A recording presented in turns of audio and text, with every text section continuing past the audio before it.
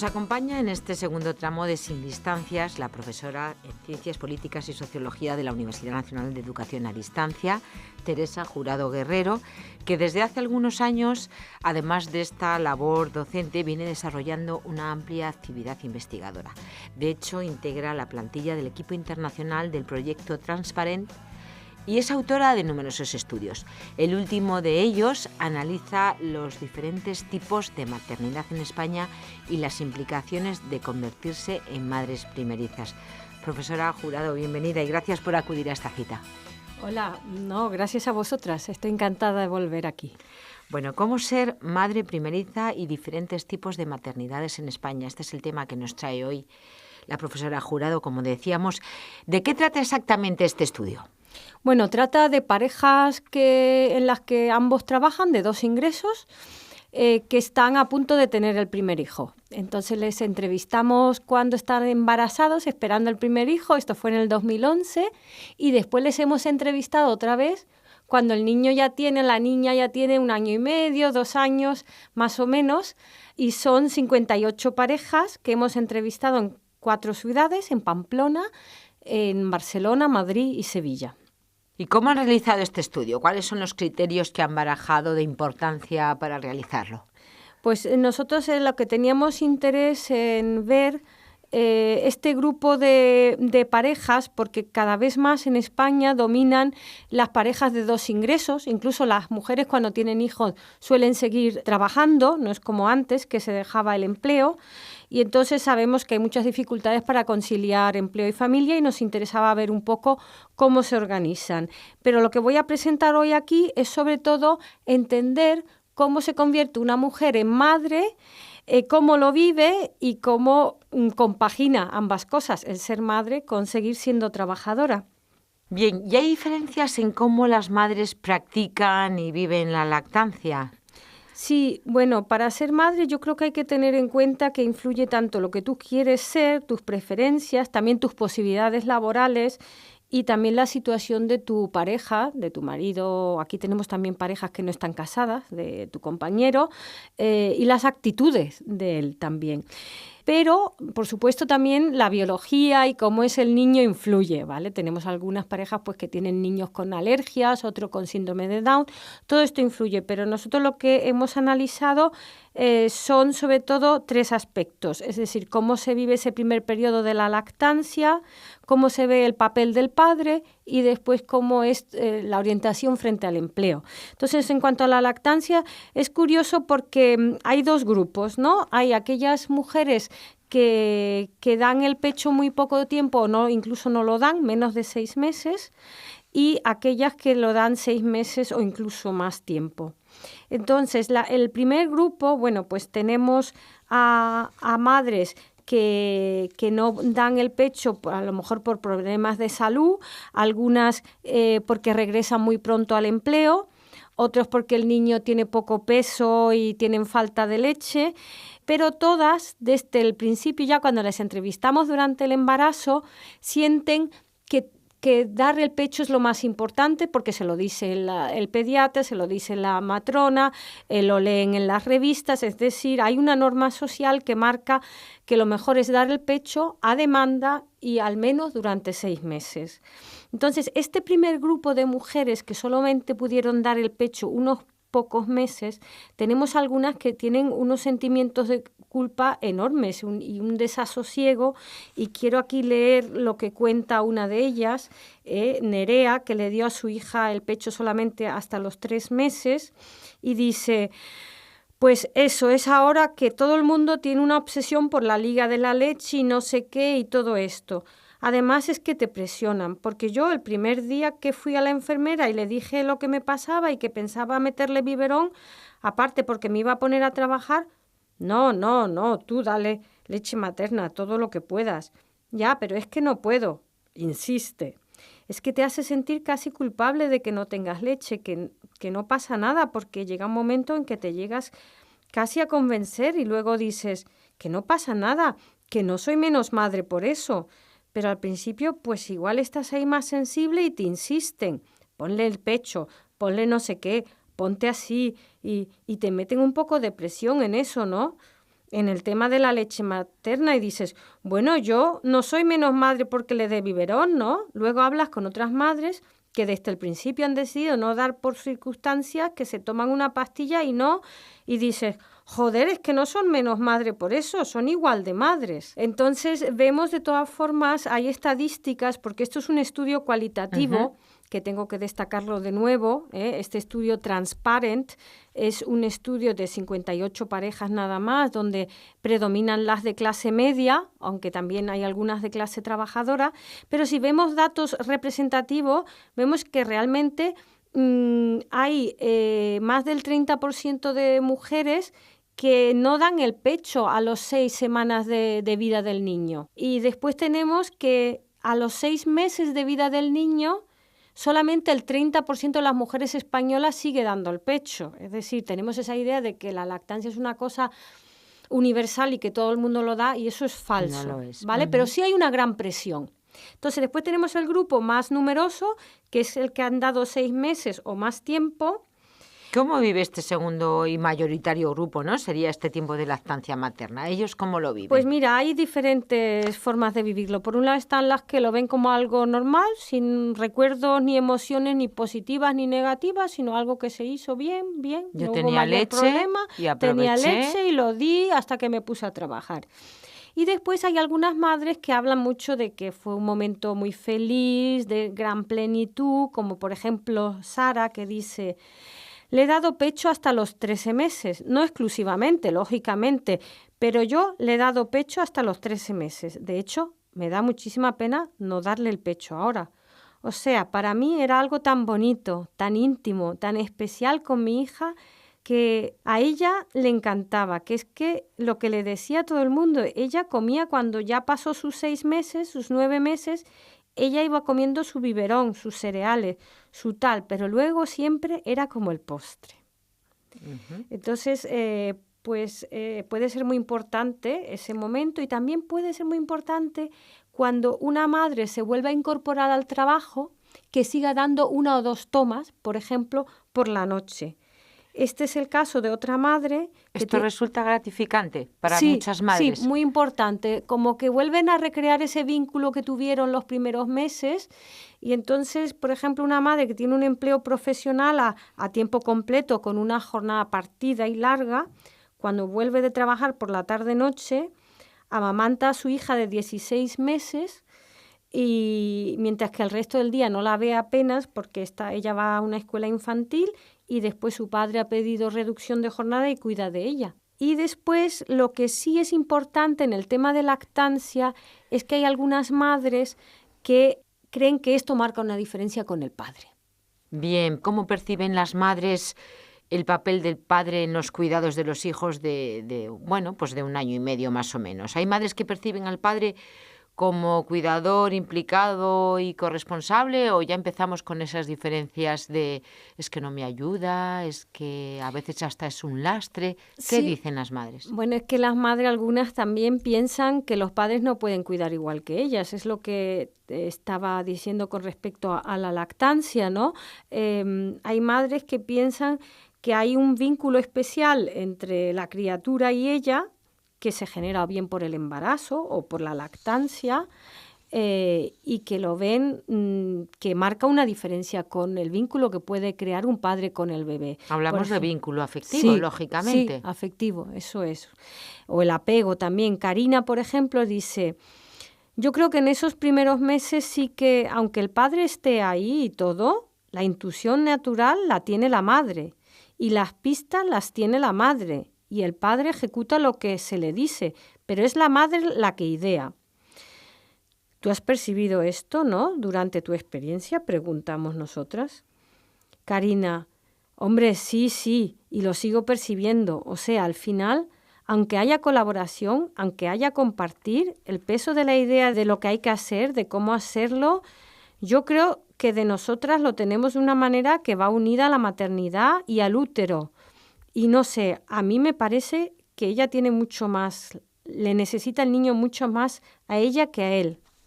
Esto lo dice Karina, una madre que el padre ha estado desempleado y ha cuidado solo durante un tiempo del bebé. estas madres que se convierten en madres cuidadoras principales porque el padre se convierte en cuidador secundario. Entonces, lo que quería yo decir que hay diferentes justificaciones. Por un lado está esta justificación, digamos, biológica, de que es que las madres son diferentes, pero después tenemos también a las madres que consideran que es legítimo y normal que los padres estén más centrados en el empleo y que, pues que el empleo de ellas es menos importante, que a lo mejor el empleo de él tiene más proyección. Y entonces esto es una de las causas que ellas aducen para explicar, pues que ellas se han convertido en madres cuidadoras principales y los padres están un poco fuera de los cuidados, ¿no? También existe el grupo de madres que no nos lo justifican directamente, sino que lo dan por hecho. Lo dan por hecho porque, por ejemplo, son madres en muchos casos que están desempleadas o tienen empleos esporádicos o ingresan mucho menos que ellos y ya como que lo dan por hecho. Y también después hay muchas madres que se convierten en madres cuidadoras principales y están satisfechas. O lo justifican o lo dan por hecho. Pero después hay madres también que no están satisfechas. Y esto sí que quería aquí hablar de dos personas. Una, Teresa, que es una alta directiva, que está casado con un hombre que también está en una dirección de una empresa. Pero ella dice que las culturas empresariales de su marido y de ella son muy diferentes, que en el lugar del trabajo de su marido, pues que es un lugar muy hostil a la conciliación, aunque ella también piensa que tiene que ver con la mentalidad de su marido. Vamos a escucharla. Le preguntamos, ¿cómo te gustaría que fuesen las cosas? Dice Teresa. Pues me gustaría más implicación por parte de Teodoro en los cuidados de María y en el día a día, ¿no? En cuestiones importantes, que está claro que está emocionado con su niña y la cuida muchísimo y que juega con ella muchísimo, pero me gustaría que asumiera parte de esa carga del día a día, sí. Y dice la entrevistadora, ¿qué cambiarías? ¿Algo del trabajo de Teodoro para que él pudiera atender mejor a la niña? Teresa, sí, todo, lo cambiaría toda la mentalidad de todos los que trabajan allí, les haría un lavado de cerebro, porque es que no, cambiaría y la mentalidad de mi marido también, pues que no es todo. Entonces Teodoro no sé, si le permitieran cierta flexibilidad, no sé ni siquiera si se la cogería. Entonces, incluso esta insatisfacción puede llevar a que haya ruptura de la pareja. De las 58 parejas tenemos una que rompen, y que es Emilia, y dice que eso ya empezó ahí, ¿sabes? Ya cuando vino el niño cambió, no sé. Algo le pasó a él, no sé qué le pudo, y empezó a acomodarse, cosa bárbara. Luego se puso a trabajar porque estaba desempleado durante el embarazo. Y para 4 meses que estuvo trabajando, cada día me estaba diciendo que era él el que mantenía la casa. Rollo muy retrógrado, ¿sabes? Sí, muy. Entonces, claro, era como, no, tío, lo intentaba hablar con él. Yo soy una persona, ya ves que a mí hablar me encanta. Y sí, yo siempre lo he intentado, siempre he intentado hablar con él. Le dije que estaba mal, que estaba pasando un bajón emocional y se liaba a discutir conmigo. Parece, para ti, dice la entrevistadora, parece que es una cosa muy importante, era que los dos os implicarais, ¿no? Que los dos participarais. Dice Emilia, era muy importante que los dos estuviéramos para bañarlo, jugáramos con él. No sé, era una familia, es una familia, pero él lo sabía. Ya me conoce, me conocía. Él lo sabía que yo no iba a ser la típica mamá, me quedo con el niño, tú vete, no sé qué, no sé cuánto, ya sabes, ¿no? Y no iba a ser una mamá de esas, y lo sabía. Entonces, claro, cuando tú hablas y ese tema que es tan importante en tu vida, y él lo tiene súper claro, ya sé que la vida va a cambiar. Al principio será un poco más durillo, pero luego ya cuando vaya creciendo, a lo mejor cuando vaya creciendo vamos retomando cosas que luego... Pero la mayoría de las mujeres se adaptan y están satisfechas con ese papel de que él es el cuidador secundario y ella es la cuidadora principal. O sea que de esta entrevista última que nos comenta, profesora, se desprende que no siempre se percibe al padre como un cuidador implicado y corresponsable. Y eso es lo que sí que la mujer quiere, ¿no? Pues algunas lo quieren, no todas. ¿Y otras? Algunas. Tenemos 20 parejas en las que ambos están de acuerdo que el padre se implica mucho en los cuidados del hijo o la hija, son madres que las llamamos madres cuidadoras corresponsables. Sí. Y son padres muy implicados, ¿por qué? Porque son padres que no solo juegan con los niños o bañan a sus hijos un par de horas entre semana y algo más durante el fin de semana, sino que entre semana pasan bastante tiempo con ellos, bien o todas las tardes, porque están los dos en casa, o a lo mejor se van turnando. Algunos, según si trabajan por turno, pues uno por la mañana o otro por la tarde, o se turnan por días. También algunos padres llevan a los niños al pediatra, están pendientes de la mochila de la guardería, están también implicados en las compras, en organizar la comida de los niños. Algunos además cuidan solos, por ejemplo, por lo que he dicho, por los turnos, sí, o algunos porque están desempleados. Entonces tenemos este grupo de padres que las madres sí les perciben como cuidadores capaces, vamos, que son capaces de cuidar igual que ellas, y ellos además se implican, que curiosamente son todos de aquel grupo que yo vine el año pasado a hablar aquí, que eran las parejas que compartían las tareas domésticas por igual. Y probablemente esto nos está remitiendo a que son hombres con actitudes bastante igualitarias en cuanto al género, aunque nosotros esto no lo hemos preguntado como tal, pero tanto por cómo ya planteaban la cuestión de las tareas domésticas y cómo se plantean ahora el cuidado, parece refuerza esta idea de que realmente son padres implicados en todas las tareas del hogar.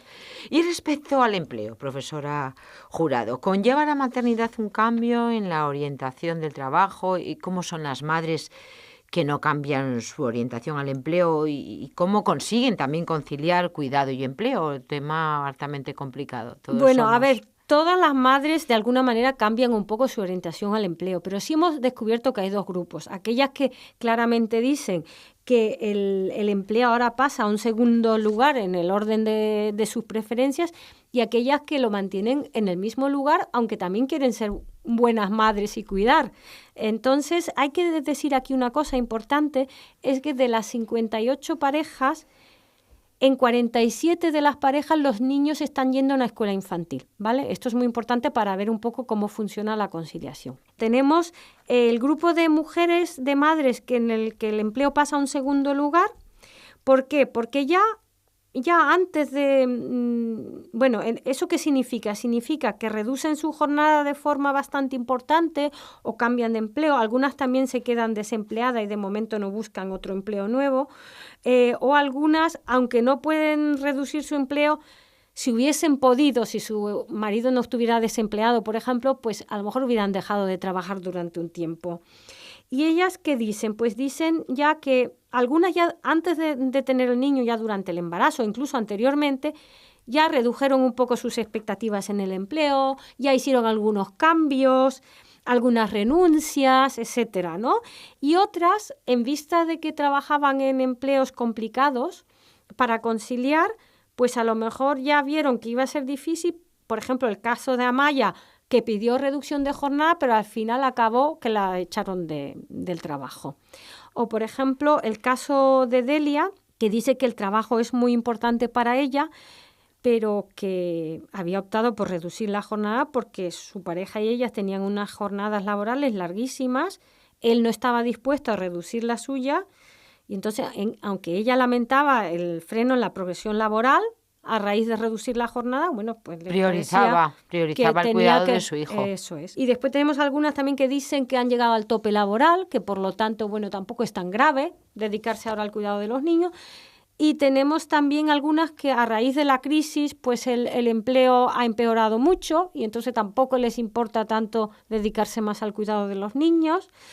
Y estos son, digamos, las que cambian las orientaciones al empleo. Después está el grupo de madres. Aquí tenemos dos grupos después. De las que no cambian la orientación al empleo hay dos. Hay unas que los padres son cuidadores secundarios, apenas se implican, pero ellas no cambian su orientación al empleo. ¿Por qué? Porque son mujeres muy bien posicionadas laboralmente, son todas universitarias, todos los niños van a la escuela infantil y en muchos casos tienen ayudas de las abuelas. Entonces estas mujeres consiguen El empleo, a lo mejor hacen un pequeño cambio en el horario laboral, pero son menores, o a lo mejor un poco de teletrabajo, pero consiguen manteniendo las dos cosas al mismo nivel. Cuidar de sus hijos sin la ayuda del padre y mantener la misma implicación y la misma orientación al empleo. Y después está en el otro grupo que tienen a estos padres muy implicados, que estos padres es curioso darnos cuenta, bueno, esto no es un representativo, pero en nuestro caso son padres que tienen o empleos flexibles, por ejemplo, trabajan por cuenta propia o tienen jornadas laborales como mucho de 40 horas a la semana o trabajan a tiempo parcial. Algunos han pedido reducción de jornada por guarda legal o algunos pues han visto involuntariamente implicado en un ERTE y algunos están desempleados. Estas mujeres habían conseguido todas establecerse bien en el mercado laboral antes de ser madres y tenían una fuerte orientación laboral ya en la primera entrevista y la mantienen, porque para ellos el empleo tiene un importante valor intrínseco, no solamente instrumental, que sí lo tiene muchas veces en los otros casos. Entonces solamente hacen pequeñas modificaciones en el horario laboral o pequeñas reducciones de jornada. Y, por ejemplo, aquí tenemos el caso que lo ilustra muy bien. Es decir, ante un empeoramiento de las condiciones laborales, el primer caso hubiera reducido su implicación y se hubiera dado más importancia al cuidado. En cambio, Mara sufre un empeoramiento de sus condiciones laborales porque la empresa tiene dificultades económicas, le ofrecen despedirla o ubicarla en otro lugar. Para ella lo de despedirla no entra en sus planes. Entonces ella dice que que tuvo que pasar a un horario partido de 37 horas en vez de las 35 horas que tenía continuas, con 2 horas de pausa para comer, que eso hace que llegue a casa como muy pronto a las 7 de la tarde, pero en ningún momento ella puso en duda dejar su empleo. Y entonces concilia su larga jornada con el cuidado de su hija porque va a una escuela infantil y porque su pareja sí pudo pedir reducción de jornada y es el que la cuida por las tardes. Todo esto después lo hemos intentado resumir, ¿vale? Todas estas dimensiones de cómo viven la lactancia, cómo viven los primeros meses, cómo ven al padre y qué orientación tienen frente al empleo, lo hemos resumido en una tipología. Entonces, hemos visto que en nuestro caso podemos distinguir entre 5 grupos de madres. ¿Cuáles serían?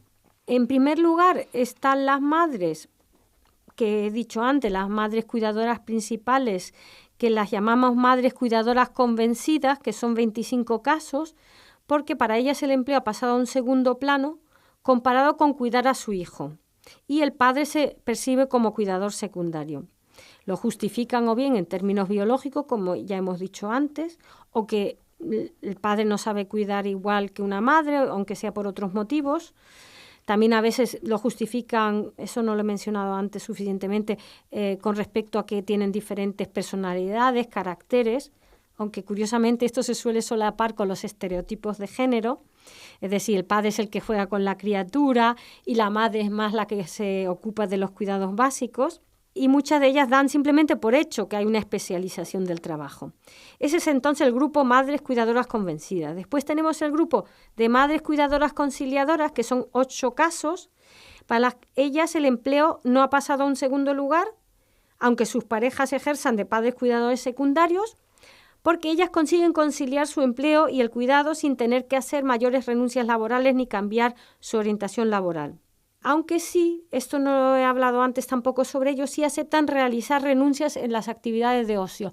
Todas las madres que hemos visto, salvo aquellas que tienen padres implicados, renuncian al ocio. Solo algunas en el grupo que tienen padres implicados consiguen, además de no renunciar al empleo, no renunciar tampoco a su tiempo libre.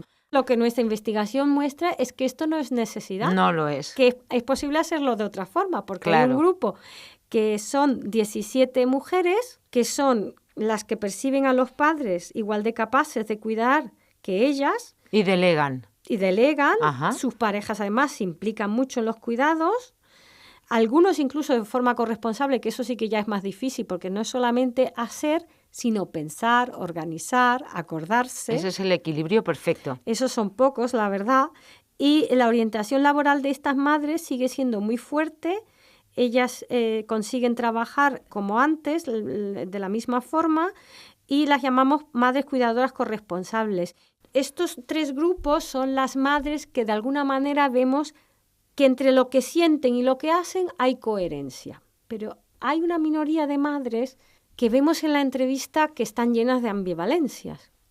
¿Y cuáles son? ¿Qué las definen? ¿Qué características definen a estos 2 grupos? Hay 2 tipos. Por un lado están las madres cuidadoras principales ambivalentes, porque se han quedado desempleadas, por ejemplo, se ven ejerciendo la práctica como madres a tiempo completo, digamos, o cuidadoras principales, pero le gustaría, pero no han cambiado en realidad su orientación laboral.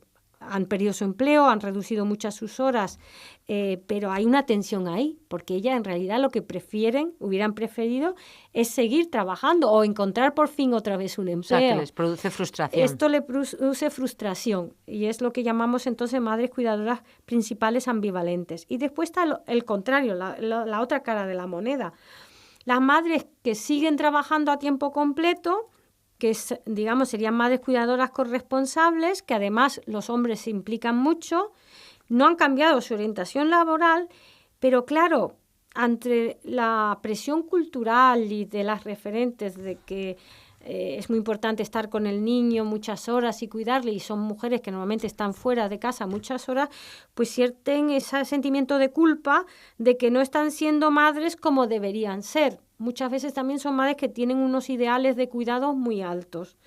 Entonces sienten, pues eso, culpabilidad frente al niño, no tanto en este caso frente al empleo de no estar realizando bien su empleo, que sí que lo están haciendo, sino porque piensan que deberían pasar más horas con los hijos. Y bueno, pues esta es un poco una parte de la investigación. Después hemos analizado la evolución de las tareas domésticas, después hay un análisis sistemático sobre la satisfacción en las parejas y después tenemos otro sobre las paternidades, cómo se perciben los hombres ellos mismos y si los hombres también algunos cambian y quiénes son, por qué cambian, cómo son los que han cambiado. ¿Es previsible o probable que todos estos datos de la investigación se puedan ya ofrecer en el libro que hemos comentado, que en breve, editado por Catarata, verá la luz, profesora? Sí, estamos terminándolo, tenemos ya el manuscrito casi finalizado, esperamos que en mayo, junio salga a la luz el libro, que son los resultados pues, de 4 años de investigación, de 2 proyectos I+D, subvencionados tanto por el Ministerio como por el Instituto de la Mujer y también por la Unión Europea, porque también esto forma parte de un proyecto europeo. Bueno, pues estaremos entonces con usted. Queremos recibir información sobre este libro, que creo que va a ser muy interesante y muy esclarecedor sobre también muchos mitos y muchas cuestiones relacionadas con la maternidad. Muchas gracias por venirnos a presentar este trabajo que se enmarca, como decíamos al inicio de este espacio, dentro de la labor investigadora que desarrolla usted y otros compañeros, el proyecto Transparente, y que nos ha ayudado a conocer, a profundizar en los distintos tipos, reacciones y actitudes de las madres, cómo ser madre primeriza, cómo son los diferentes tipos de maternidades en España que viven esta experiencia desde distintas ópticas. Muchísimas gracias, profesora Jurado, y hasta pronto. Gracias a vosotros.